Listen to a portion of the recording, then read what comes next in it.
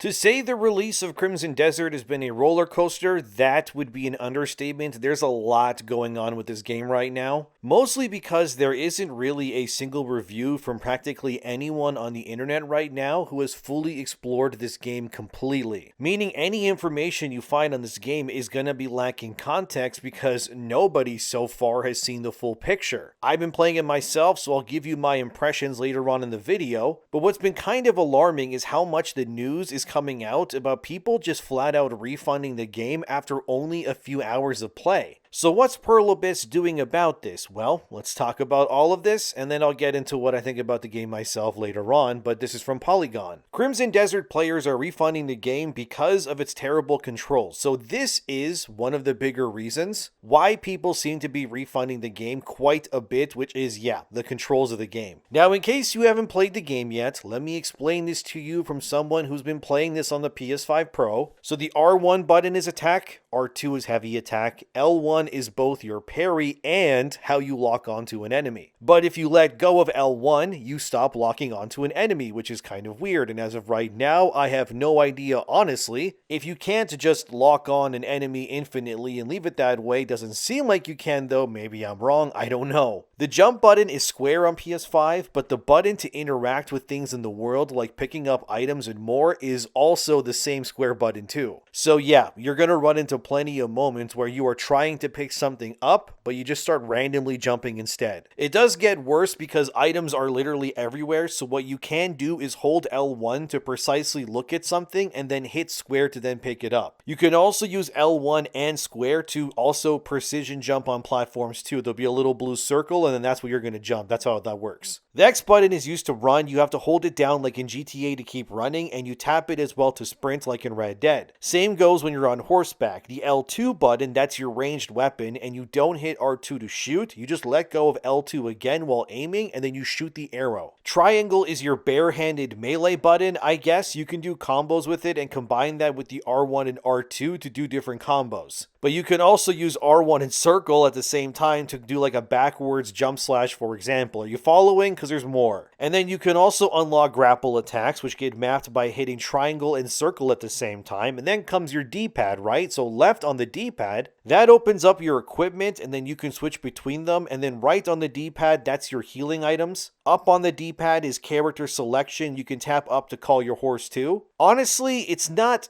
terrible like once you get to understand it all and take the time, but I will admit it's not the best either. So it doesn't really surprise me at all about as to why so many people have played this and went, what are these controls, especially when it comes to the puzzles. Because for example, right, you have the grapple hook ability that is mapped to holding down the left stick button, and then you got to use the R2 and L2 buttons and the analog stick to move things around with that ability, but you can also just tap L3 and that makes you crouch instead. It may sound confusing, but I really wouldn't call the controls terrible, but they're not great either. Granted, I come from an era of games where pretty much most games I played had wildly different input layouts all of the time, but for the more modern gamer, I guess if you will, yeah, it's very unintuitive as to how you do things. Some of the examples Polygon gave included as seen here. These controls have made it incredibly hard to enjoy as everything seems like a chore. Talking to NPCs should not be this annoying. Another person said it's complete garbage. Another one said this game somehow manages to overcomplicate what Black Desert had and at the same time deliver less, so many keys for so little. Another user would say Crimson Desert has the worst controls I've experienced in the game. It doesn't click with me. They need to rethink this. Then you have this meme on the Crimson Desert subreddit, which kind of shows where the players are at right now. The controls are just very all over the place at this point, very convoluted. Not to mention, to talk to any NPC for a shop or a quest, right, you need to hold down L1, and then you need to look at the person you want to talk to, and then you can hit square to speak to them. Whereas, obviously, in most other games, you would just walk up to someone, hit a button, and that's it, and I'm not gonna lie. If you take Crimson Desert's controls and compare it to, say, Witcher 3, I mean, Witcher 3 feels like a Fisher-Price game in terms of how easy it is to play compared to Crimson, and no, that's not a knock at Witcher 3, by the way. I think Witcher 3's control system is great. great, and honestly it's better than Crimson Desert so far. But Crimson's just feels needlessly convoluted. That doesn't even include like the UI, which is also kind of a mess. And there's some quests where the UI as well just doesn't make any sense. I'll give you an early example, right? At one point, you make your own camp, right? So in order to plant your tent down, you need a mallet, which you got to find in the camp, which is then used to knock the wood pikes into the ground that's holding the tent down. To do that, you need to aim with L1 and then strike with R1 until the pikes are firmly planted. Well, I guess that's immersive in a sense. I found this whole thing kind of pointless. Like, just let me put the tent down and move on is probably the better option in my opinion. But then in that same quest, you need to also move bags of like food from one spot to another. Yet the game puts a big red X where there are bags and then other things and another spot nearby that is a smaller orange circle. So you'd probably think you need to carry the bags from X that are there to the smaller circle there since there isn't any bags in the other circle. But in actuality, there's bags laying in the grass behind the smaller orange circle that have to now be grabbed to then place them where the big X is on your map. You would think this would be simple, but the opening hours, especially of Crimson Desert, are really anything but that. This quest that I'm talking about, it's called a fresh start, and I mean, look at this on YouTube, right? There's multiple videos explaining how to like plant the tent down, move the sacks of food around, and more, and based on those view counts, they are alarmingly not low for what should be a simple quest. And I'm definitely convinced that the control scheme, among other problems I'll get into, are reason enough that people are going to be walking away from this game already. As Polygon said in their review about the control scheme here, while I'm all for complex control systems that take time to master, it's only worth mastering control systems that are built on logic and intention in Crimson Desert. I suspect the most basic interactions were made needlessly confusing to create an illusion of depth. There's really no reason why a single interaction prompt should not be sufficient to cut down a tree, or why a game needs 3 different mechanics to reach a similar outcome. The only aspect of gaming where an abundance of button combos usually works well is in combat. While I disagree about the tree cutting, I mean, all you have to do there is hold L1 to aim and then R1 to swing the axe. But I do agree at least that the most complex combination of button presses should usually be kept for combat alone, because the more mundane things in the game, right, like calling your horse, climbing the wall, or whatever, should always be kept pretty simple, which it is to a degree in this game too. But it's also important to make sure that people aren't fighting with your game's controls more than, say, the monsters in the world after all, right? One of the more bizarre refunds for this game is one Pearl Abyss, the makers of Crimson Desert, failed to tell players before launch, and this is just bizarre. As Tweaktown reported here, Crimson Desert just flat out does not support Intel Arc GPUs, like, at all. This means that the MSI Claw, which is a handheld gaming device, also can't be used to play Crimson Desert either. Pearl Abyss's actual response was simple to people who wanted to play the game on their computers using this Intel Arc. They just said refund the game, because they're not going to support that side of the PC computer gaming market. There's also literally no reason given as to why they're doing it. They're just not. So if you play using any of that yourself, I guess, there is quite literally no way for you to play the game right now on your computer. So not only has that resulted in some refunds, I guess, but the more bizarre part is that Pearl Abyss just didn't mention this at all in their guides for PC players prior to launch either. There was no mention that if you used that specific GPU or whatever, that you wouldn't be able to play this. They just kind of forgot to mention it at all. That's a really weird oversight, right? And quite literally makes zero sense to me, because don't you want more people playing and not less? They did eventually update their guide, as you can see here in the red box, where they confirm now that yes, Intel Arc does not work for the game, but again, that would have been nice to know for people months in advance, right? Not a day or two after release. Like, the entire situation here is complicated and convoluted, and look, I'm not here to say that Crimson Desert is a failure. Clearly, it's not that at all. It already sold over 2 million copies in a day, which is easily making it one of the fastest selling games of the year already. And based on the Steam player counts anyways, as you can see here, I'm writing this on a Saturday morning, by the way, the game is sitting at 223,000 players on Steam, reaching its highest count, which is,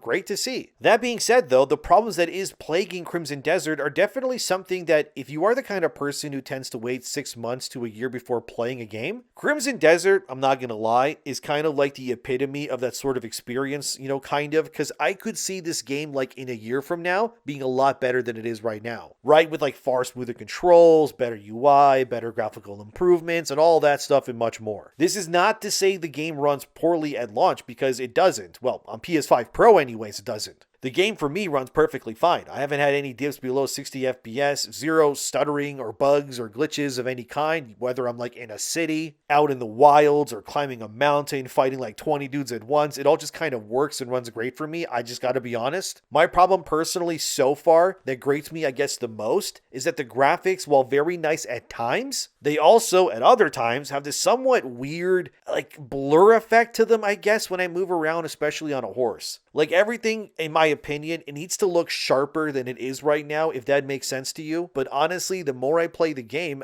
the more I like it. I gotta be honest, despite the issues. That being said, though, every day since release, right, Pearl Abyss has been releasing patches to Crimson Desert, fixing all sorts of things. They also said recently, as you can see here, that they are going to fix the UI problems in the next patch, which is, yeah, that is great to see. Apparently, they're also going to be addressing the control problems too. That's seen here from Kotaku, as you can see. Pearl Abyss has heard the complaints, right, on their controls, and they're already working on a patch to fix its control scheme. It's not out yet, as this video being made anyways, but it is coming. Here's their exact words on what's happening, as it says here: since launch, we have been listening closely to your feedback and doing our best to make improvements to the game. In particular, we are aware of the discomforts many players have experienced with the controls, and we are currently preparing a patch to address this. They also confirm, as you can see there, that they are working on fixing the controls on PC specifically as quickly as possible, as they say there. Which again, that's good, right? It's nice that they're listening and they're answering so quickly. And they're not being like the usual actually you're wrong kind of pushback we, tend to see when it comes to fan feedback these days. They're just,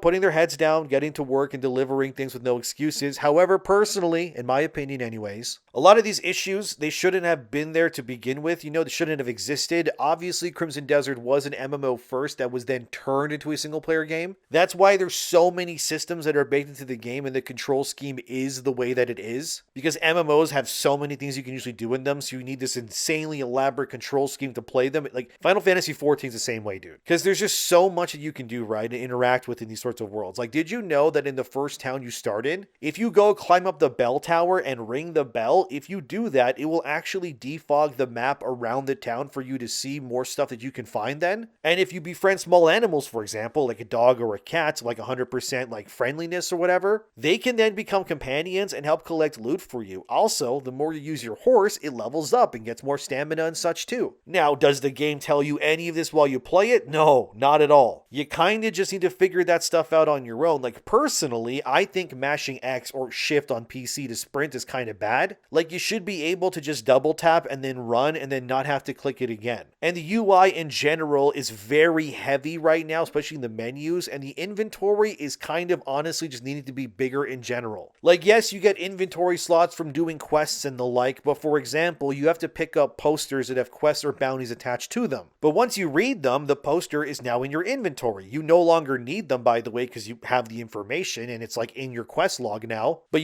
they don't tell you that you can just like sell those posters to any vendor for money now to free up your space. Does the game tell you that? No, but that's what you should be doing if you do play it. The same way the game doesn't even explain its fast travel system really either. Like you might be hundreds of meters away from civilization or whatever, right? And think, man, I wish I could just travel back to town, but you don't see like a big icon for that. But actually, because again, they don't tell you this really, but you can fast travel to any abyss point or puzzle that you interacted with before and it's completely free. You just teleport back to them. Again, does the game tell you that? No. I don't even think right now anyways the game has an in-game UI like glossary that tells you what all the icons on the map means either. Maybe it does, maybe it's there. I haven't seen it myself though, I could be wrong, I genuinely don't know. I also found the in-game map to be really weird to scroll through because your cursor either goes too slow or too fast. And the game needs just honestly in general better UI because currently it's just stuff you either need to figure out on your own or not, and it can be confusing at times.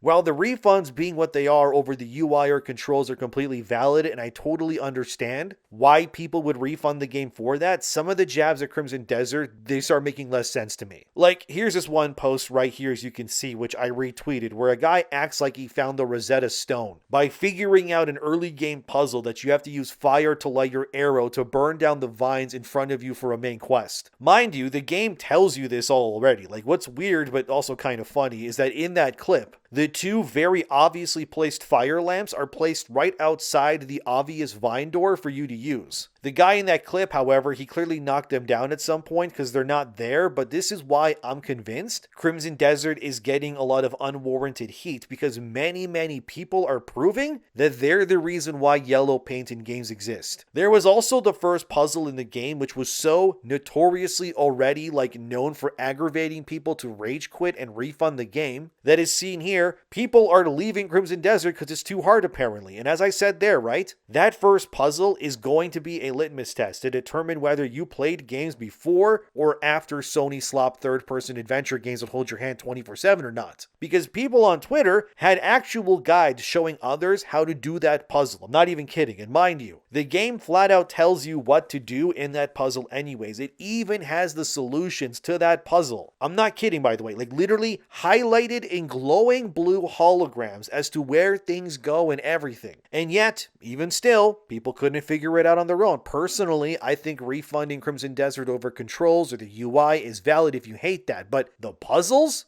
Man, you're just proving that you're the reason why yellow paint exists and why characters never shut up in games whenever a puzzle happens. We make fun of Aloy in Horizon or Atreus in God of War saying stuff like, I bet you could fire your arrow and knock that thing down. But honestly, this Crimson Desert game releasing has proven that there are a lot of people out here right now who genuinely cannot solve anything unless someone holds their hand 24/7. And look, right, I'm not even a good puzzle solver myself. I'm actually kind of bad at them, but come on, guys, use your brains. If I can do it, you can do it. It's not that hard. This is not cross-code levels of puzzle solving, all right? It's just put the block on the plate and climb a circle and punch it. It's not that deep. So I guess I should probably get into what I think of the game here. So here's what I'll say, right? When I first started it, I was very confused, mostly because the story doesn't make much sense at first. So the game begins, you get attacked by a rival clan, you're the Greymanes, they're the Black Bears, most of your people meet their maker, you get your throat slit, and then you're stabbed in the stomach multiple times, and then you're just tossed into the river below. Then you see yourself in the water, and then suddenly out of nowhere, you're in this tutorial mission in the abyss, right? And then you're just randomly on a beach, perfectly dry, as if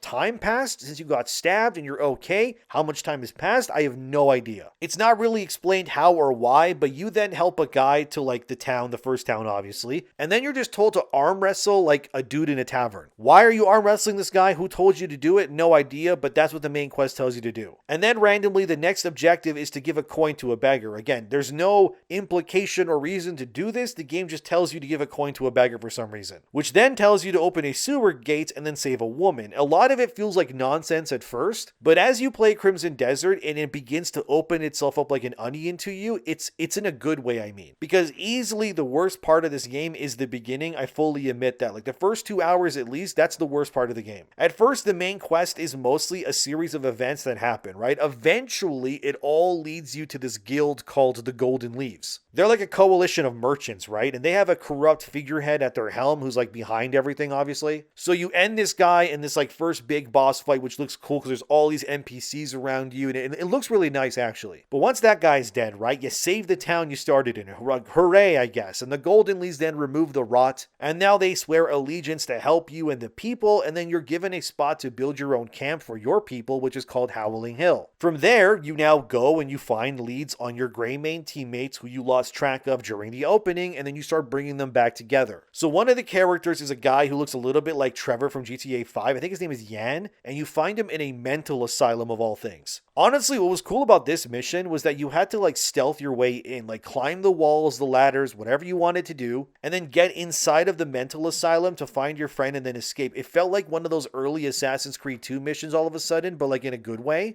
Currently in the game, I'm chasing down some evil dude called the Reed Devil. I got into a fight with him, and it was safe to say I was not strong enough. I had to run away, so it turned out right, my gear and the weapons, everything I had was not strong enough yet. So what am I supposed to do? Well, I needed ore, iron, right, and copper specifically. I had no idea where it was, because it's not like the game's going to hold my hand and put it on the map right away. So I figured, okay, rocks are where rocks are, of course. Look at me being so profound. So anyways, I went and I surveyed the surrounding mountain ridges outside the main town. Sure enough, I found a ton of ore to collect, so I did just that. After 30 minutes of just mining, I had enough ore to level up pretty much much everything I have on so far to a much higher level, so now currently in the game, I'm way far stronger. I've also begun to learn new moves, right? Like the skill tree is just full of these things. So there's 3 main stats, right? Stamina, health, and spirit. If you ask me, if you're going to focus on anything first, stamina is what you want to focus on 100%. And stamina determines so much in this game for you. From you running, climbing stuff, which you're going to need, because if you don't, you'll just fall down to your death pretty much. Stamina is also used for your weapon abilities. When you block with your shield, for example, and enemies hit you, that will drain your stamina on more. So yes, stamina is God here. As for your health, I mean, yeah, that is important too, but you can heal in this game using food like all the time. So naturally, as you play, right, you're going to find caves, enemy bandits, and more. They all have food on them. I found this one cave that's in the main quest, so you can't really miss it. That was just like full of food in it. So I took everything. I cooked it all, which is easy to do, by the way. Just select it from a menu and it cooks, and that's it. It's not hard to do. So then you can walk around with boatloads of food ready to go. You can even hunt and skin animals for hides and food and feathers, bones, you name it. This can all then be used to upgrade yourself too. So the more I played Crimson Desert, the more I felt reminded of 2,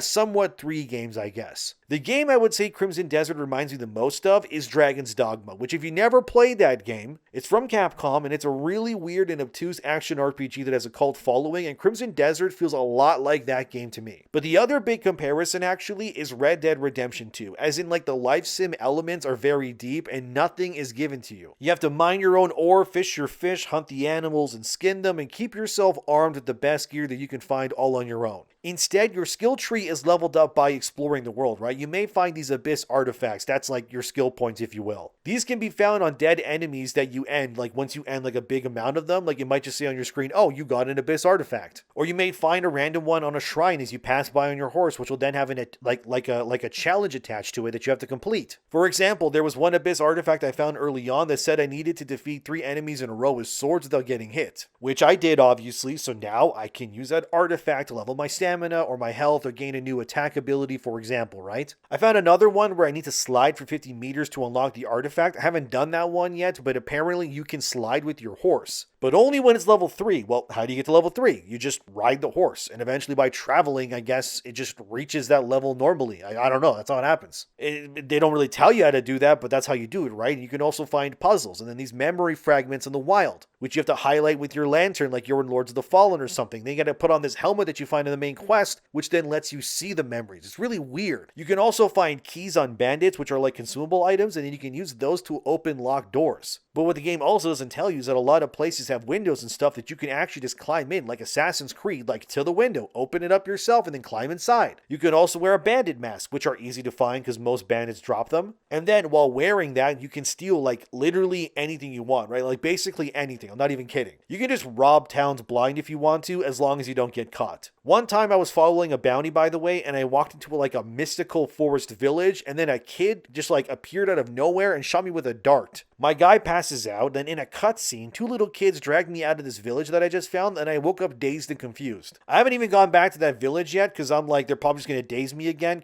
and then all of a sudden, like, a magical bird just came onto my shoulder and gave me a message from a wizard, who told me that if I want to unlock the true power of the abyss artifacts, I gotta find this old lady or something that, like, lives in a cave. Like, the game tells you where the cave is, by the way, but, like, still, like, this is what I mean, right? This is Crimson Desert, really, and this is where it shines. It may sound weird, like, it's not necessarily your typical AAA Western story-driven game, where it's very much structured to hold your hand along the way. Instead, the game just kind of feels like an odyssey, which then brings me to the third game it reminds me of, which is obviously Zelda Breath of the Wild. There is no driving force like in Zelda to really help people. You can help them if you want to. You can also just attack people and be an absolute criminal in Crimson Desert if you want to as well. But if you do that, right, it often then leads to something else happening, and that's kind of how Crimson Desert feels, right? Like sometimes you'll grab a bounty notice for some guy. You'll forget about it, right? Like maybe he's somewhere you don't want to go yet, and then you'll just randomly run into that guy that was on the poster in the middle of the street. So now he's running away, you're chasing him, you tackle him down, you bring him to the authorities for money, and like one time, I was trying to figure out how best to climb this gigantic mountain, and then I saw some dudes hiding in a crevice nearby. So I went over there to see what was going on, right? And then like 20 goblin bandits came out of nowhere. So there I am, I'm WWEing them and suplexing their soft goblin necks into the ground, only to find that it's Blix. That's the name of this goblin bounty guy I forgot about. Like, why was he hiding in this part of the mountain? No idea, but he's going to get locked up now because I need money. money. And like, this is how the game goes pretty much, where like things just happen all the time. If you're looking for a game where you want everything very much structured, like say, I don't know, Ghost of Tsushima or something, it's not really like that. It's more so a game where you just kind of live and figure out the world and its mysteries, and along the way you save friends from mental asylums, or you find goblin bounties in like the middle of nowhere and you help a guy trapped under a wagon who tells you to deliver a message to his wife. And then you just kind of keep on going, right? You just walk down the path and then the main quest picks up. Now a weird guy called the Reed Devil is slaughtering people, and now you need ore to get stronger. And I fully admit, all right, this game in its opening hours, it's not the greatest. But as you keep going, if you stick with it, it just keeps going, right? It keeps unfolding that onion, like I said, over and over again. Sometimes a random cell sword will just help you in combat if they see you in a bind. One time I ran into like 30 goblins and they were just so scared by the sight of me they ran away in every direction, so I just started sniping them with arrows because like, why not? Like, the game is just, here's this massively stupidly huge world, like just go explore it. And you genuinely have no idea what's in store with you like 99% of the time. No idea what you're going to run into at all, and I think that's kind of cool. Sure, yes, it's not structured like your typical AAA game, but I think that's kind of why I like it actually. I think in like a month or two's time, when people have really sunk their teeth into this game, we're going to start seeing some crazy stuff happen. And a lot of people's opinions on the game will probably change, because I want to get to the point where I can fly on a dragon or pilot a mech and use guns and God knows what else, right? Because none of the reviewers mention these things because they never got that far clearly. It's really the epitome of a game that asks you, like, what's over that hill or mountain? That's the game. You just keep going and it just endlessly keeps up with you. There's so much to do. It is overwhelming, absolutely, but like, just take your time with it. Like, why are you rushing? There's no point in rushing. You have somewhere to go? No, just play the game, relax. But for anyone who refunded because of the first hour or two, I would say like maybe wait for patches if you want to, but for me anyways, on the PS5 Pro at least, like, it runs perfectly sound and I'm having fun. I have no idea what to expect of this game like when I play it, and that honestly, like, it feels cool to me, right? It feels kind of great because I normally don't get that feeling, you know? Like, the last time I played something where I just discovered things and they just happened was probably Elden Ring, and this is like an easier version of that so far, but there's more actual people in it and like more life, if that makes sense. Basically, like, let's just leave it here, okay? If you like Dragon's Dogma and Red Dead, it's like those two games got fused together, but the map is just stupidly big. Either way, people are walking away, which, you know, is their right, but I do think in due time the public perception on this game will change. Will it be good or bad? I guess time will tell, but did you pick up Crimson Desert? Let me know. Thanks for watching, subscribe if you'd like to, and now I'm gonna go see like what's over that next hill or mountain. I also gotta find this old lady in a cave while I'm at it, and that bounty, and I also need more ore. Also, why did those kids put me to sleep? Like, what's hiding in that village? You see what I mean? This is the game. Anyways, guys, see you next time.